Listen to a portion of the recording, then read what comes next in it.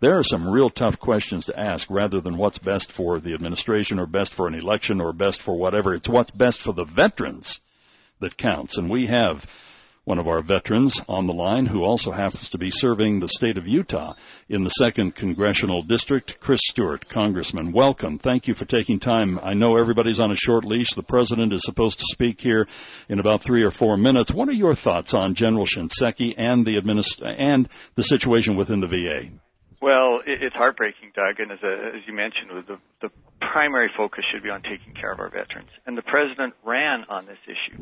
He criticized President Bush for not doing that, and yet it seems like the situation certainly isn't any better and is probably, by all indications, much worse now. Should General Shinseki step down? Yeah, absolutely. And I've thought that for a long time. As a military guy, I mean, look, if we had a squadron and we crashed one of our jets, you knew that the squadron commander was going to be fired for that, and probably the wing commander or someone above him as well. And I saw it again and again. And sometimes we'd kind of shake our head and say that's not fair, but the point was the military held people responsible, and they expected this thing about the buck stops here. That really meant something in the military, and I've grown increasingly uncomfortable as this has developed. To think that someone isn't stepping forward and taking responsibility for this. Here's the real military culture. They should. Yeah, the military culture. I get that, but the thing I keep asking myself, and this is what Speaker Boehner is asking himself. Where is that golden person who can immediately step up, take that helm? And what about the process? President Obama has another 2 years, roughly.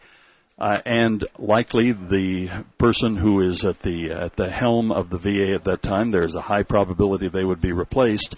So when we look at the selection time, the confirmation time, and the getting up to speed time, unless you know of that golden individual that's standing off to the sideline, I'm just asking myself, what is truly? I understand the military culture. I understand being held accountable. But in this case, rather than protocol, rather than what is customary, what is best for the veterans? Well, and I think in this case, what is best for the veterans is to have new leadership now. And I just think that the Secretary has lost the confidence of those around him, and on both the political and also, I think, on the VA side.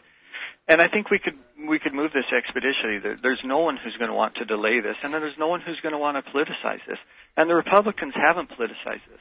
I mean, I haven't been out there screaming for the Secretary to resign. We've been willing to let this kind of play out and see how that develops.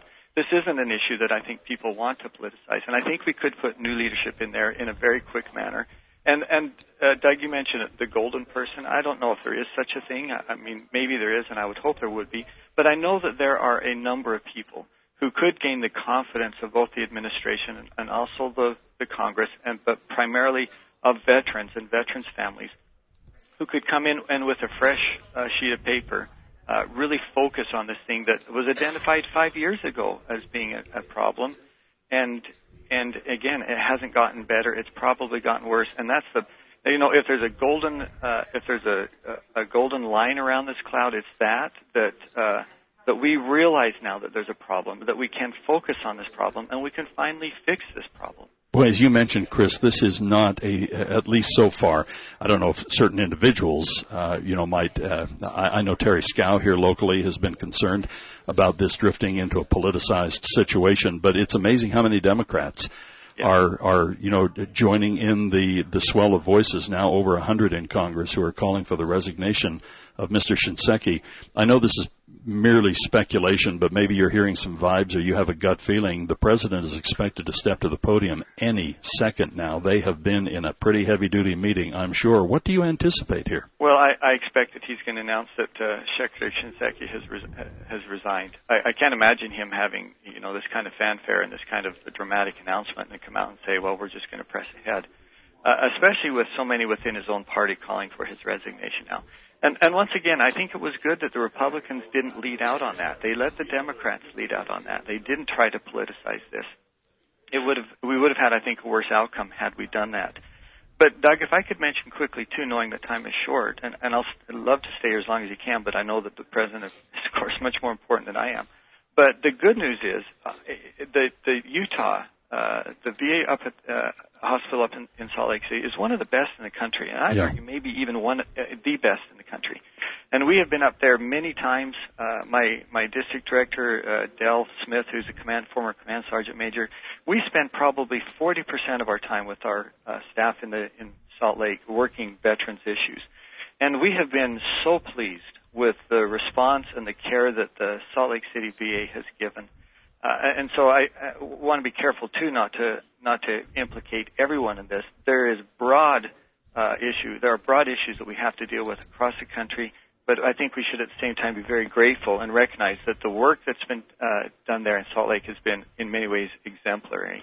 Well, that is so true. Just so recently, we have talked with the executive director of the Utah Department of Veterans and Military Affairs, and he indicated exactly what you did, that he overall, and there are always, issues, as there would be in any business, any organization, in any company. Congressman, I'm going to thank you. We're going to join the president right now at the White House.